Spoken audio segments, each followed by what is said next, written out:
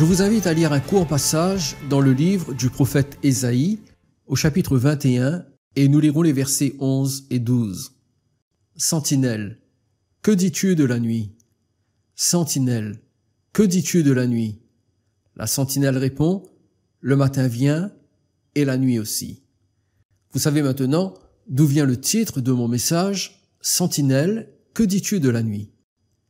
Il faut savoir que dans l'organisation d'un camp militaire, la sentinelle joue un rôle très important. C'est à elle qu'incombe la responsabilité de monter la garde à l'entrée ou tout autour du camp et surtout de donner l'alarme si un danger se présente. Mais qui la sentinelle doit-elle prévenir en cas de danger? Doit-elle prévenir des étrangers ou l'ennemi? Bien sûr que non. Une sentinelle doit guetter ce qui arrive, même de loin, et prévenir les autres personnes de son camp. Elle ne monte pas la garde en faveur de l'ennemi, mais pour son propre camp contre l'ennemi.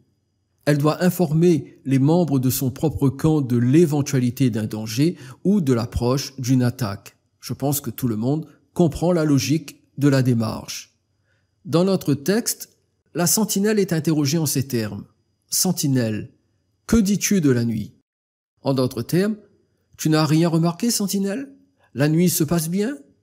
Sa réponse, le matin vient et la nuit aussi, peut signifier non, la nuit est calme, rien de spécial à signaler. Le matin arrivera sans problème. Par contre, je crains bien que la nuit d'après ne sera pas aussi calme, nous risquons de subir une attaque sévère. C'est ainsi que nous pourrions interpréter ce dialogue au premier degré. Mais en langage prophétique, la réponse de la sentinelle signifie « la délivrance arrive, mais hélas, la souffrance aussi ». Ou encore « ce sera bientôt la paix, mais hélas, elle sera suivie d'oppression et de guerre. Le matin vient, et la nuit aussi ». Nous pourrions dire que derrière la sentinelle se tient le prophète de Dieu qui prévient de l'alternance de délivrance et de souffrance, c'est-à-dire de la succession régulière de paix et d'oppression.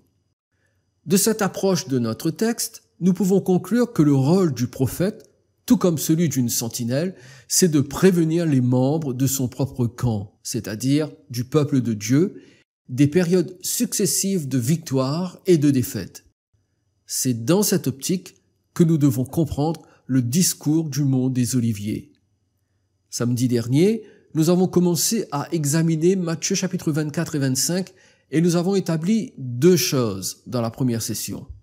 Premièrement, l'ensemble du discours de Jésus consiste à répondre aux trois questions posées par les disciples après que lui-même leur ait annoncé la destruction du temple de Jérusalem. Ces trois questions sont, premièrement, dis-nous quand cela arrivera-t-il, c'est-à-dire quand sera détruit le temple de Jérusalem. Deuxièmement, quel sera le signe de ton avènement? Troisièmement, et de la fin du monde. Ce qui signifie, que se passera-t-il quand tu viendras mettre fin à ce monde pervers? Nous avons vu que Jésus a répondu à la première question en annonçant la destruction du temple qui a eu lieu en l'an 70, soit 40 ans à peine après la prédiction. Deuxièmement, nous avons établi que Matthieu chapitre 24 et 25, contrairement à ce qui est suggéré habituellement à propos de ce texte, ne parle pas de l'enlèvement de l'Église. Moi-même, j'ai commis l'erreur de prêcher autrefois sur l'enlèvement de l'Église à partir de Matthieu 24-25, jusqu'à ce que je comprenne qu'à aucun moment Jésus ne parle de ce glorieux événement dans son discours prophétique. Je vous ai montré que lorsque le Seigneur parle de l'avènement, de la fin du monde et du royaume, il ne fait jamais allusion à l'enlèvement de l'Église. En réalité, ces trois termes désignent successivement comment il va revenir, comment mettra-t-il fin au monde actuel et comment va-t-il instaurer son royaume.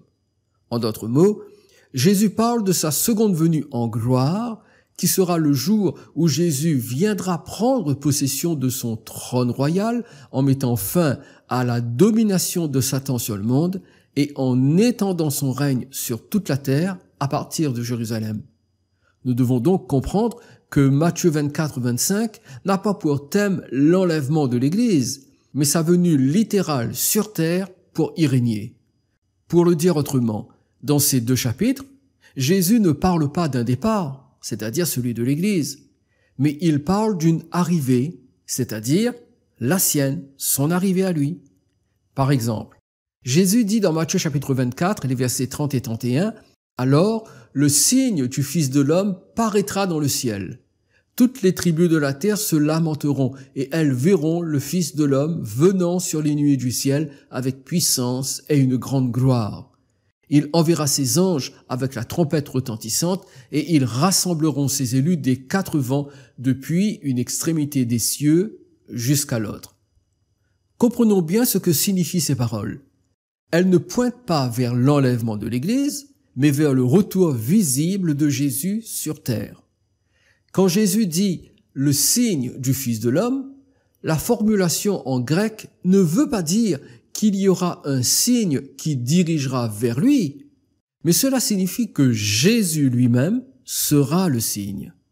En d'autres mots, Jésus apparaîtra dans le ciel, si bien que tous verront le Fils de l'homme venant sur les nuées avec puissance et une grande gloire.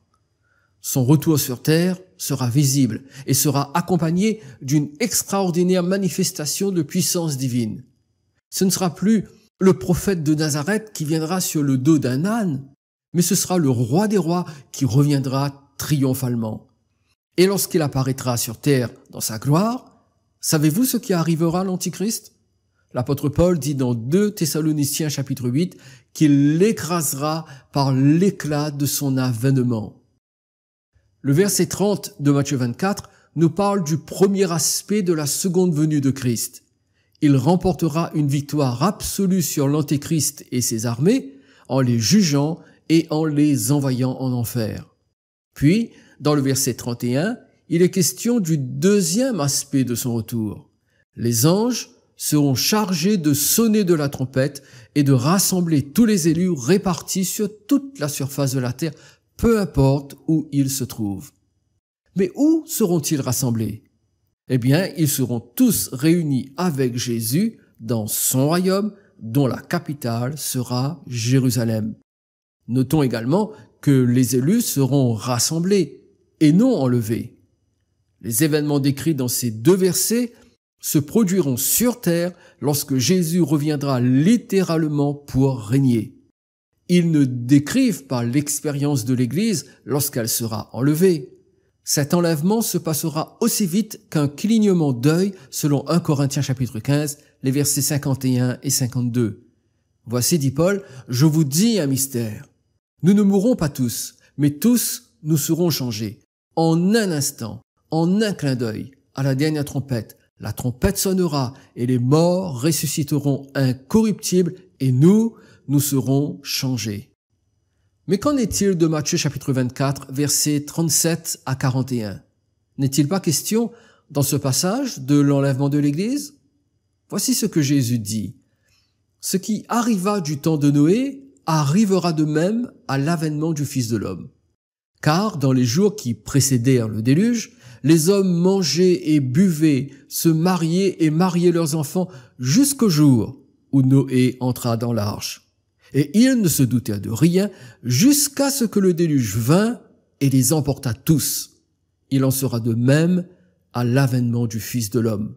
Alors, de 2 hommes qui seront dans un champ, l'un sera pris et l'autre laissé.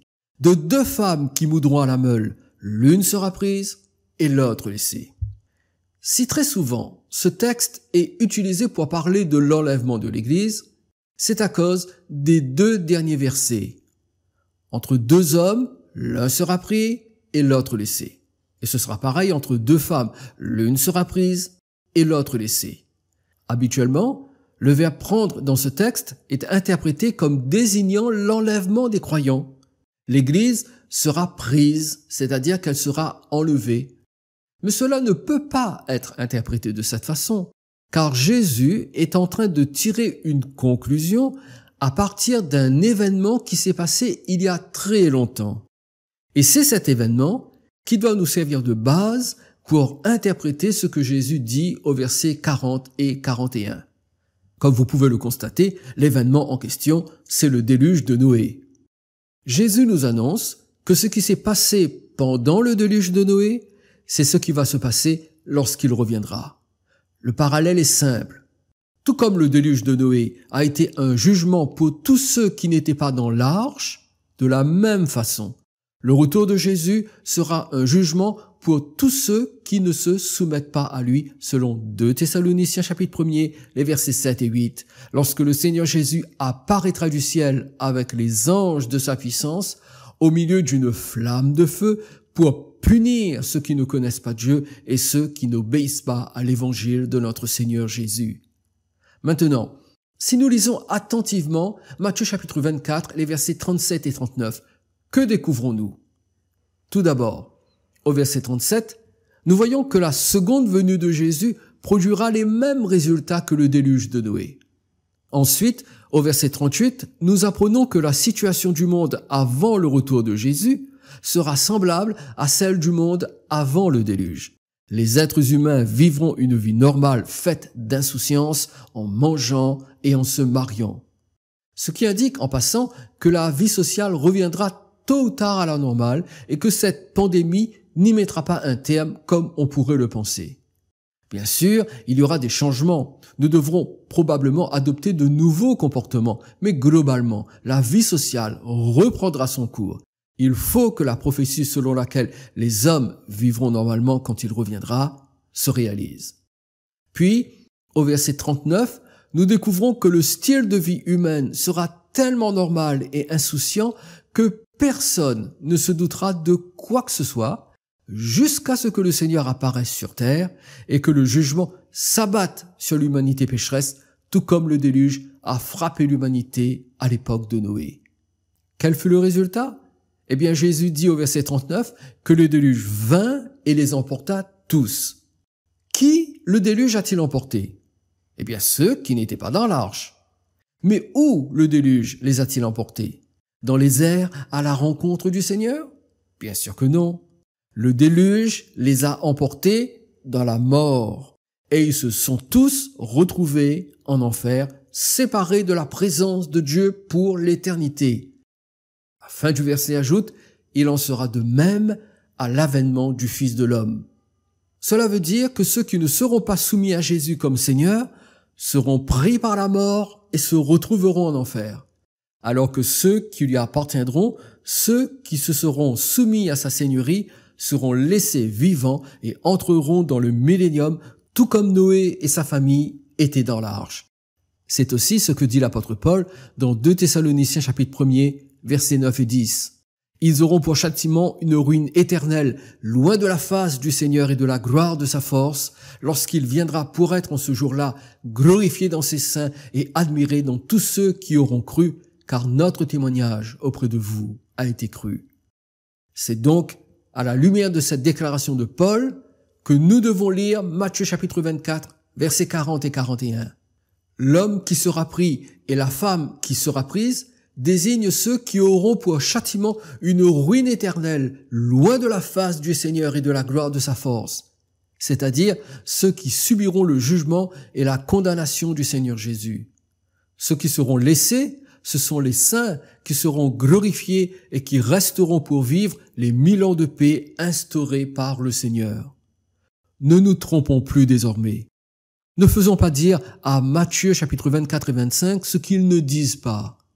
Il n'est pas question de l'enlèvement de l'Église, mais du retour de Jésus pour exercer son jugement contre l'humanité et établir son royaume sur la terre. Et tout ce qui est dit dans ces 2 chapitres concerne les événements qui entourent le retour de Jésus, que ce soit la parabole des 2 serviteurs à la fin de Matthieu 24 ou les paraboles des 10 vierges et des talents dans Matthieu 25. Aucune d'elles ne concerne l'enlèvement de l'Église. Mais souvenez-vous que j'avais 2 points à voir avec vous avant d'examiner la réponse de Jésus aux 2 dernières questions des disciples. Le premier point, c'était justement que Matthieu 24-25 ne parle pas de l'enlèvement de l'Église. Le deuxième point concerne ceux auxquels Jésus adresse sa prophétie. Il est vrai que Jésus prophétise des événements terribles, comme nous pouvons le lire tout au long de Matthieu 24. Mais à qui prophétise-t-il ces événements? C'est là où le passage d'Ésaïe chapitre 21 versets 11 et 12 prend tout son sens. Laissez-moi vous le rappeler. Sentinelle, que dis-tu de la nuit? Sentinelle, que dis-tu de la nuit? La sentinelle répond, le matin vient et la nuit aussi. Vous vous souvenez de la conclusion à laquelle nous sommes arrivés un peu plus tôt? Nous avons dit que le rôle du prophète, tout comme celui d'une sentinelle, c'est de prévenir les membres de son propre camp, c'est-à-dire du peuple de Dieu, des périodes successives de victoire et de défaite. Dans Matthieu chapitre 24 et 25, Jésus fait office de sentinelle. Il prophétise ce qui va arriver. Il annonce des périodes successives de victoire et de défaite, de délivrance et de souffrance, de paix et d'oppression. Mais avant de préciser la nature de ces périodes successives, il est important de déterminer à qui exactement il annonce ces périodes. Et voilà mon deuxième point. Dans Matthieu chapitre 24 et 25, Jésus s'adresse à Israël. Il ne s'adresse pas à l'Église en la prévenant de toute la souffrance qu'elle va endurer. Non. Jésus s'adresse à Israël et le prévient de ce qui va lui arriver dans le futur. Cela ne veut pas dire que l'Église ne souffrira pas, car toute l'histoire de l'Église est caractérisée par la souffrance et la persécution. Mais dans Matthieu chapitre 24 et 25, Jésus ne parle pas de la persécution de l'Église. Il parle plutôt des terribles épreuves qui attendent Israël. Si l'on respecte le texte et on le prend tel quel, c'est ce qui ressort. Avant tout, je veux que vous sachiez que mon souci en étudiant ces deux chapitres de la Bible, c'est de me limiter à ce que dit la parole, sans aller au-delà de ce qui est écrit. Je ne suis pas intéressé par la tradition. Et par tradition, je veux dire la façon dont on a toujours compris Matthieu chapitre 24 et 25. En d'autres mots, il y a une tradition évangélique qui veut que, par exemple, la parabole des 10 vierges traite de l'enlèvement de l'Église. Il est donc possible qu'en m'entendant dire que ce n'est pas le cas, vous soyez opposé à ce que j'enseigne parce que vous tenez à cette tradition et qu'il vous semble impensable d'y renoncer. Vous êtes bien sûr libre de le faire. Mais si vous attendez de moi que je respecte ce genre de tradition, vous serez déçus. Car je tiens la Bible en trop haute estime pour renoncer à elle au profit de la tradition, fût-elle évangélique. C'est pourquoi je ferai toujours passer ce que la Bible dit au-dessus de ce que je veux qu'elle dise ou de ce que j'aimerais qu'elle dise. C'est aussi pourquoi, lorsque mon étude de la Bible me conduit à croire différemment de ce que je croyais autrefois, je n'hésite pas, je change ma façon de croire. Je sais que pour certains chrétiens, il est très difficile de croire autrement, même s'ils sont placés devant l'évidence de la Bible, car ils sont plus attachés à leurs croyances traditionnelles qu'à ce que la Bible dit réellement. Même lorsque la Bible va à l'encontre de ce que j'ai cru dans le passé, je préfère abdiquer devant elle. C'est la raison pour laquelle j'étudie la Bible méticuleusement sans m'arrêter à ce que dit tel ou tel prédicateur. J'aborde la Bible comme un chercheur d'or. Je creuse et creuse encore jusqu'à ce que je trouve ce que signifie réellement un texte. Voici une vérité à ne jamais oublier lorsqu'on étudie la Bible. Surtout si ce que nous étudions a été prononcé par Jésus en personne. Écoutez bien ceci. Chaque parole doit garder le sens qu'elle avait à l'origine lorsqu'elle a été prononcée. Et elle doit être interprétée en tenant compte du contexte dans lequel elle a été prononcée. Si je peux exprimer cela d'une autre façon, je dirais que nous devons rester fidèles au sens et à l'intention de Jésus lorsqu'il a prononcé son discours prophétique dans Matthieu 24, 25. Trop souvent, au lieu d'extraire d'un texte biblique ce qui s'y trouve, nous y mettons plutôt ce que nous dicte notre tradition ou notre préférence personnelle. Si notre tradition ou notre préférence personnelle veut voir dans Matthieu 24, 25 l'enlèvement de l'Église, alors nous l'incluons dedans et nous refusons d'y trouver uniquement ce qu'il y a, à savoir la seconde venue de Jésus pour instaurer le millénium. Si nous voulons voir dans Matthieu 24 25 les conditions de vie sur terre qui précèdent l'enlèvement de l'Église, alors nous l'incluons dedans, même si une étude attentive du texte nous montre que ce n'est pas le cas. Voulez-vous savoir de quelle période Jésus parle exactement dans Matthieu chapitre 24? Encore une fois, je prends un peu d'avance, car je l'expliquerai de façon plus détaillée un peu plus tard. Mais sachez d'ores et déjà que dans Matthieu chapitre 24, des versets 4 à 31, Jésus parle exclusivement des 7 ans qui se situent juste avant son retour, et à partir de moment, il mettra même l'accent sur la seconde moitié de cette période de 7 ans, soit des 3 ans et demi qui précéderont son retour. Ces 3 ans et demi sont désignés par l'expression « la grande tribulation ». Mes amis, c'est de cela dont Jésus parle dans Matthieu chapitre 24. En fait, Jésus n'invente rien. Il ne fait que répéter ce qu'ont dit les prophètes de l'Ancien Testament et plus particulièrement le prophète Daniel. Je vais vous donner une piste sérieuse de l'étude de la prophétie biblique. Est-ce que vous voulez comprendre le livre de l'Apocalypse? Si vous répondez oui à cette question, alors vous devez tout d'abord comprendre Matthieu chapitre 24 et 25. Car les chapitres 6 à 19 de l'Apocalypse décrivent avec encore plus de détails tout ce que Jésus annonce dans Matthieu chapitre 24 et 25. Donc l'un est le préambule de l'autre. Comprenez par là que Matthieu 24-25 constitue le préambule à Apocalypse du chapitre 6 au chapitre 19. Je vous le prouverai dans une prochaine session. Mais j'ai encore une deuxième question. Voulez-vous comprendre Matthieu chapitre 24 et 25? Si là encore, votre réponse est oui, alors il vous faudra d'abord comprendre les prophéties contenues dans le livre de Daniel et plus particulièrement Daniel chapitre 9, qui est le préambule à Matthieu 24-25, tout comme Matthieu 24-25 constitue le préambule à Apocalypse du chapitre 6 au chapitre 19. J'aurai l'occasion de vous parler de Daniel chapitre 9, mais ce que je veux que vous compreniez, c'est que l'étude de la prophétie ne s'improvise pas. Cela demande du travail, beaucoup de travail. Mais par-dessus tout, ce genre d'étude exige de respecter l'exactitude que Dieu a mise dans les prophéties de la Bible. Mes amis, rien n'est dit au hasard dans la Bible. Tout a un sens et poursuit un objectif précis. Mais revenons à mon second point qui peut être une véritable surprise pour vous. Dans Matthieu chapitre 24 et 25, Jésus s'adresse à Israël. Ce que je veux dire, c'est que l'ensemble de cette prophétie est un avertissement que Jésus, en tant que sentinelle, donne à son propre camp, c'est-à-dire à Israël. Non, je le répète, dans Matthieu 24-25, Jésus ne s'adresse pas à l'Église. Car au moment où se déroulent les événements qui y sont décrits, c'est-à-dire pendant la grande tribulation, ou les 3 ans et demi juste avant le retour de Jésus, l'Église ne sera plus sur terre.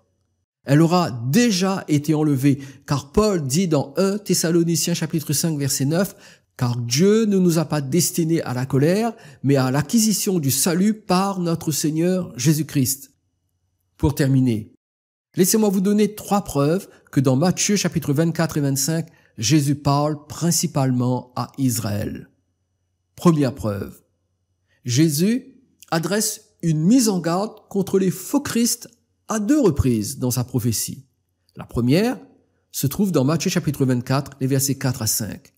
Jésus leur répondit, « Prenez garde que personne ne vous séduise, car plusieurs viendront sous mon nom disant, « C'est moi qui suis le Christ », et ils séduiront beaucoup de gens. » La deuxième se trouve toujours dans Matthieu chapitre 24, versets 23 à 26.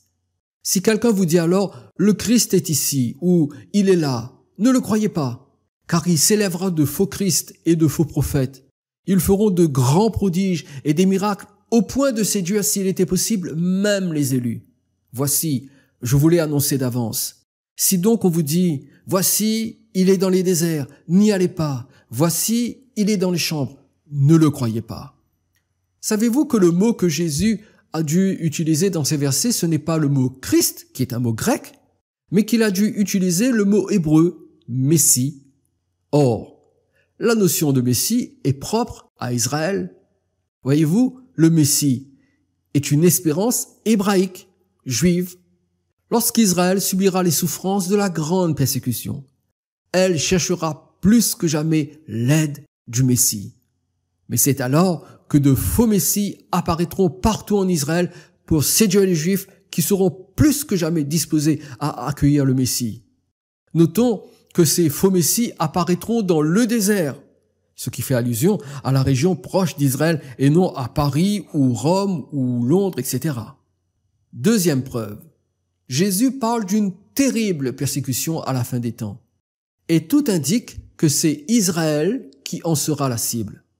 Matthieu chapitre 24, verset 9 déclare « Alors, on vous livrera au tourment et l'on vous fera mourir et vous serez haïs de toutes les nations à cause de mon nom. » Un peu plus loin, il ajoute au verset 21 et 22 « Car alors, la détresse sera si grande qu'il n'y en a point eu de pareil depuis le commencement du monde jusqu'à présent et qu'il n'y en aura jamais. Et si ces jours n'étaient abrégés, personne ne serait sauvé.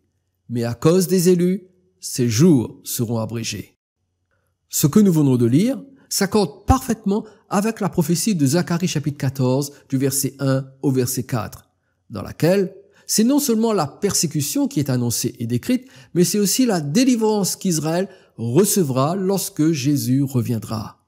« Voici le jour de l'Éternel arrive, et tes dépouilles seront partagées au milieu de toi. Je rassemblerai toutes les nations pour qu'elles attaquent Jérusalem.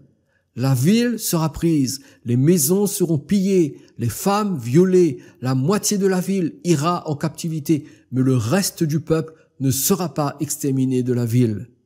L'Éternel paraîtra et il combattra ces nations comme il combat au jour de la bataille. Ses pieds se poseront en ce jour sur la montagne des Oliviers qui est vis-à-vis de Jérusalem du côté de l'Orient. » C'est exactement de cette terrible époque dont parle Jésus en précisant que ce sera une détresse si grande qu'il n'y en a point eu de pareil depuis le commencement du monde jusqu'à présent et qu'il n'y en aura jamais. Ce qui est une façon de dire que ce sera la dernière grande persécution et la plus meurtrière qu'Israël n'a jamais subie tout au long de son histoire. D'après les prophéties bibliques, la Seconde Guerre mondiale n'est pas le dernier holocauste qu'a connu Israël. Il y en aura un autre, plus terrible encore, avant le retour de Christ. Mais Jésus viendra en personne y mettre un terme lorsqu'il descendra du ciel pour combattre les ennemis d'Israël et instaurer son royaume. Et enfin, pour finir, voici la troisième preuve qui est la plus évidente. Jésus donne des précisions étonnantes sur l'endroit où se dérouleront les événements les plus dramatiques de la grande tribulation. Même si le monde dans son ensemble aura à souffrir de la dictature de l'Antichrist, qui sera alors à la tête d'un gouvernement mondial, les choses seront plus terribles en Israël qu'ailleurs, car c'est là que se focalisera la colère de Satan. Jésus dit en effet dans Matthieu chapitre 24, du verset 16 au verset 20, « Alors que ceux qui seront en Judée fuient dans les montagnes, que celui qui sera sur le toit ne descende pas pour prendre ce qui est dans sa maison, et que celui qui sera dans les champs ne retourne pas en arrière pour prendre son manteau. Malheur aux femmes qui seront enceintes et à celles qui allaiteront en ces jours-là. » Nous pouvons comprendre que la fuite pour une femme enceinte est encore plus compliquée. Le verset 20 ajoute « Priez pour que votre fuite n'arrive pas en hiver ni un jour de sabbat. » Deux détails sont significatifs dans ces versets. Tout d'abord, dans le verset 16, il est question d'individus qui se trouvent en Judée, ce qui désigne bien Israël. Ensuite, au verset 20, Jésus parle de la difficulté pour ceux qui veulent échapper à la cruauté de l'Antichrist de fuir un jour de sabbat. Donc, cela concerne bien les Juifs, car ce sont eux qui pratiquent le sabbat. La difficulté est liée au fait que le jour du sabbat, la distance à parcourir est limitée et certaines infrastructures ne fonctionnent peut-être pas. Rappelez-vous ce que j'ai dit tout à l'heure. Jésus ne dit jamais rien au hasard. Tout est précis dans ses paroles. S'il parle de la Judée et du sabbat, c'est bien pour préciser que les événements dont il est question dans ce passage se dérouleront en Israël. Et nous verrons bientôt que tout ceci a été annoncé par les prophètes de l'Ancien Testament. C'est ce qui m'a fait dire un peu plus tôt que Jésus n'a rien inventé, car le discours du mont des Oliviers se situe dans la lignée des prophètes d'Israël qui, tels des sentinelles, avertissent le peuple de Dieu des événements à venir. Bien sûr, l'ensemble de la planète sera impacté par le gouvernement mondial de l'Antichrist et par la grande tribulation.